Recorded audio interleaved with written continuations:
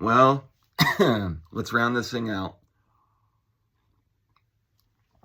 This is part 2 of a 2-part video, maybe more, depending on if my phone goes out again. I'm making these really long videos, and because of that, my phone won't handle it. So I've been trying to delete stuff. Let's get back into, this was supposed to be about Jimbo, who is my father. I talk a little bit about it in the previous video, but I want to try to just read my notes going forward because I still have a bunch of pages written, and I've been talking for, I don't even know how long the last video was, but it was long. So this is part 2, and we're going to keep into the Jimbo, and I'm just going to read what I wrote. Jimbo had an amazing life. I really regret not following the way. I should have went to him while he was passing away. And I have a lot of, you shouldn't have regret because you can't change it. But looking back, if I was in that same situation now, I would have dropped everything and said, I'll be back in a little bit.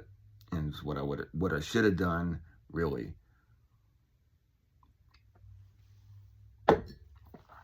Because my dad needed me while I was in the middle of a separation that was becoming a divorce. And I should have went to him. It probably would have been good for me too at the time. So I have a lot of regret, but you shouldn't have regret. So all of that happened for a reason. I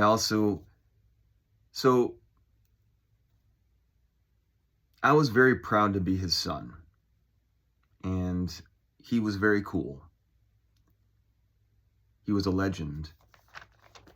I feel like it was my responsibility to help preserve his legendary status. But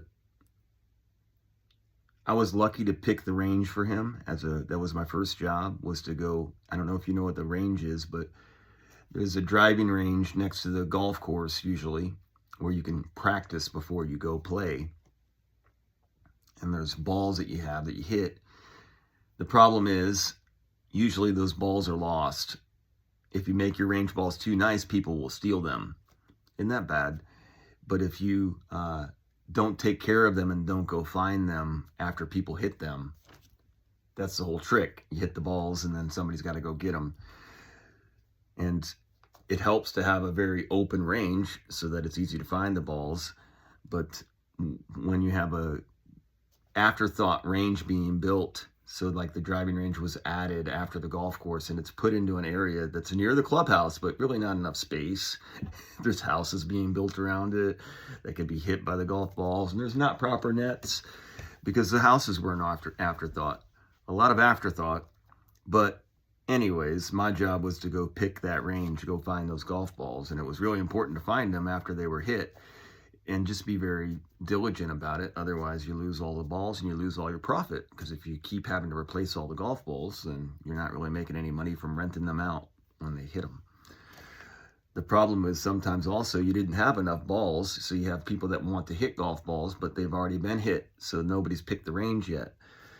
The problem is, in those days, when you have your family running the show, and if you didn't do a very good job of making sure you had enough balls before a big event, you'd have to get out there and pick golf balls while people were hitting.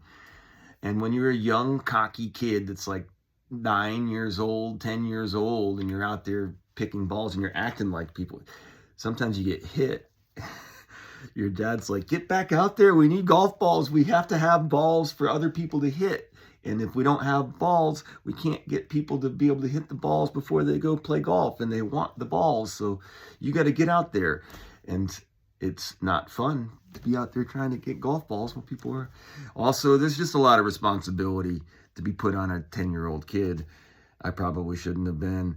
What was funny is, one of the big moments where I let down my dad was I had my mom convince my dad that I was worthy of being a range picker. And he had these 2 girls that were picking the range that did a dang good job for him for really just a benefit of a deal. They don't do it for very much money. They were just happy to be out there picking range balls. And they did an awesome job. But I convinced my mom that me and my buddies would do would do a good job, and I'm the son, and I should learn some work ethic. For some reason, I wanted to pick those balls, but I wasn't a very good leader, and I actually they should have just kept the two girls picking the balls because I sucked at it. I mean, I could have been good at it, but I was spoiled. I was a spoiled kid. So I let down my dad. There's several moments where it's a big operation. We need to make sure those golf balls are done. And he had these two really good workers that were going to do it for me. And I just screwed the whole thing up. That was like my first moment from me and my father, where I had an opportunity where I overcame using my mom, really. I probably pissed him off. I would think so. Sorry, Dad. I can't really make up for it now. I was lucky to pick the range for him. He was a good worker for the most part. But, I mean, he was a good worker. I don't even know what that means. I know that I'm in the middle of a stupid, really long-winded video about nothing. But let me go back into what I was writing. Many men get their life glorified. I do feel bad that my dad never really got his ending. It was just not worthy of his life. But does that matter? What relevance? Does the preponderance of awareness for a particular being, like, let's just say a guy, Socrates. Let's pretend that Socrates is just made up. The dude never existed. There was never a Socrates. All the people who collaborated, all his contemporaries, all the students, the people that prosecuted him, the entire Game of Thrones universe around Socrates, and the moments and the remnants of Ned Stark was all that was left to carry on his story. Socrates might just be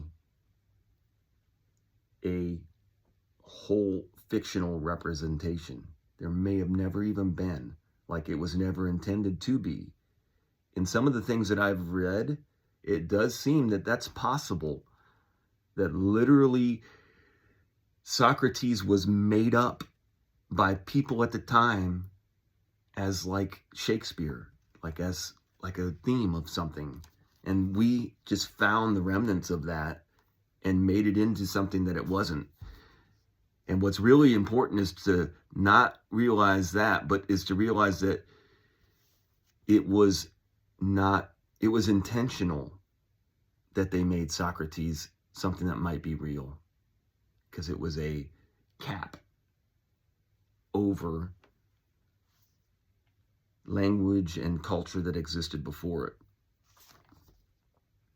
To kind of a cover-up. They used a lot of these big themes and names as cover-ups so that they could, I don't want to get too deep into it, but it is very possible, is what I'm saying. They used the media of the time as the cover. And we only have what has not been melted. So there is possible that there were fragments of paper that we have written now, even in all of our plastics. If there was to be some kind of major heated plasmic event, everything would melt. And if everything melted, you would have what would be left from what was melted. So it is possible that at one point prior to the melting, there was a flourish of paper as it is now, and a flourish of all of these types of plastics and metals that we have converging into things that we're using as expressions of communications. Even the metal buildings, as we've seen, will melt, or whatever they do, evaporate into ash. So if you look at that logically, it is possible that if there was some kind of major melting event where everything just like that, we would be left with what they may have been left with before.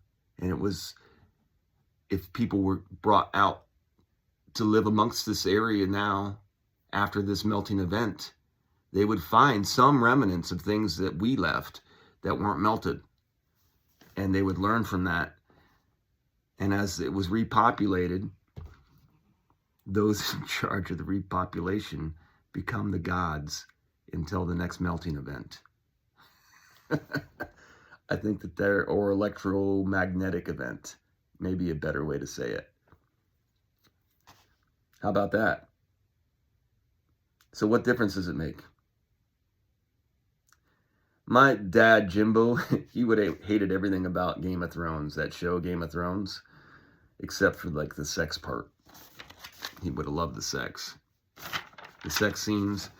My dad was actually, this is where I get a little bit off track here. I don't really know everything. And my dad was kind of a perv. I think it was common in that generation for men. If you go back further and further back, the more there it is with older men and younger women, and how accepted it was compared to what it is now.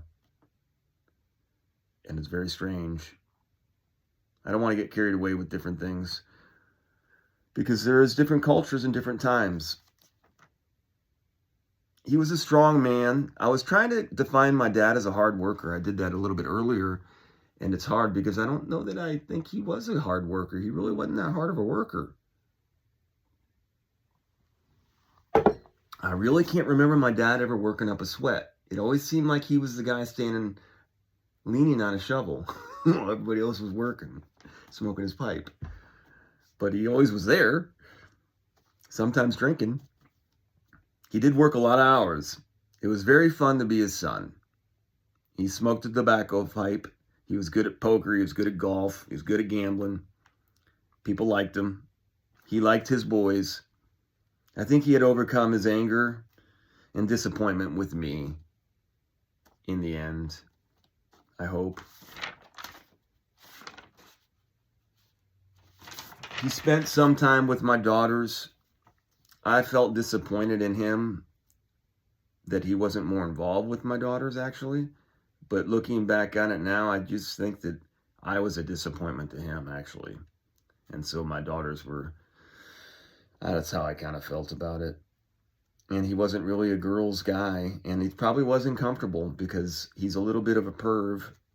And there's girls, little girls, they were really young, and then my ex and him didn't get along great. My ex was very protective. The mother of my children was very protective. So I would assume it was awkward for him and rough to be grandpa, feeling awkward.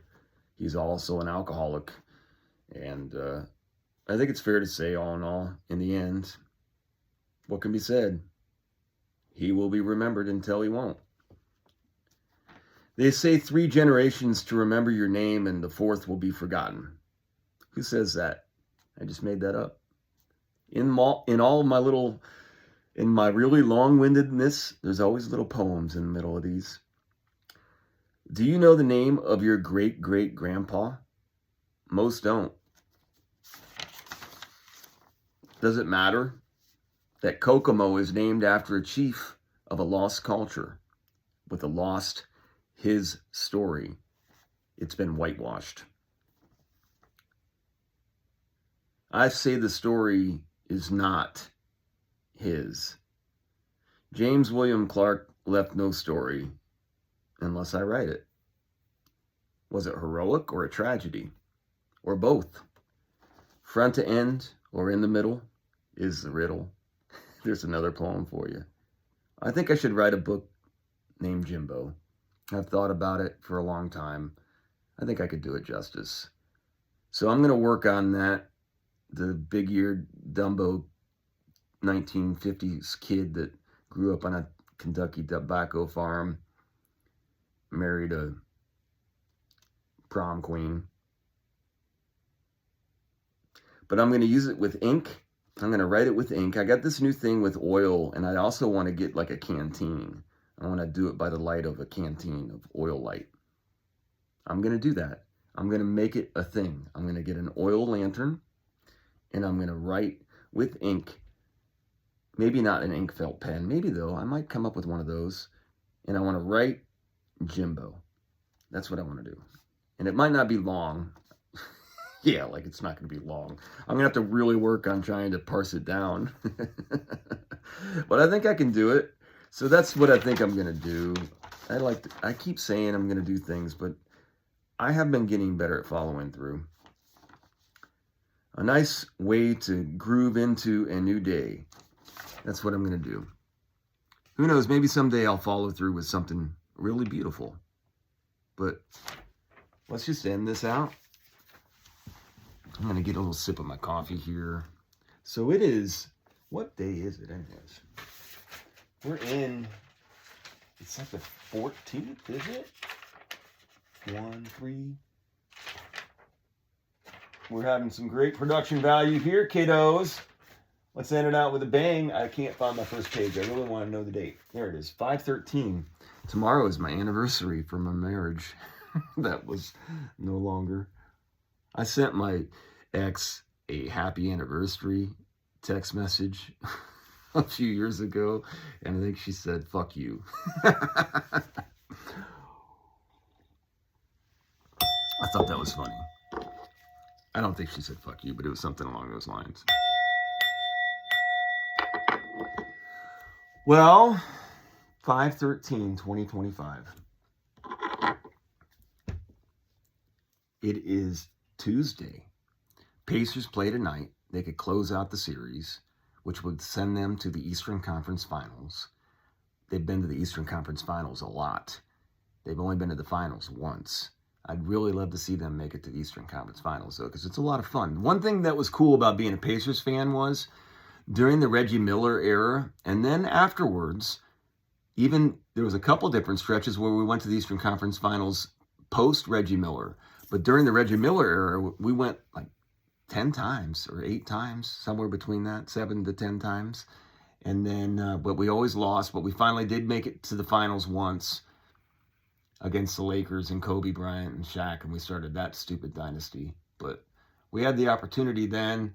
It just felt like we weren't ready for the moment, and we didn't have our best team.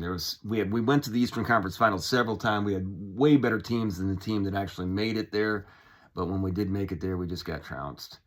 So it was just kind of a timing issue, really. But this year might be good timing for the Pacers, so I'm very excited about that. I said this video was over. Okay.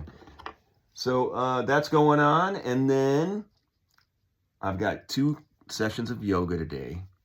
And I'm not going to buy a kerosene lamp. Canteen. I'd like to get a canteen too instead of a water bottle. It'd be kind of cool to have a canteen just for the fun of it. And a compass. A canteen, a compass, and a kerosene lamp. That's all you really need in life. Hope everybody has a great day out there. Do great. Be grateful. Live on, Jimbo.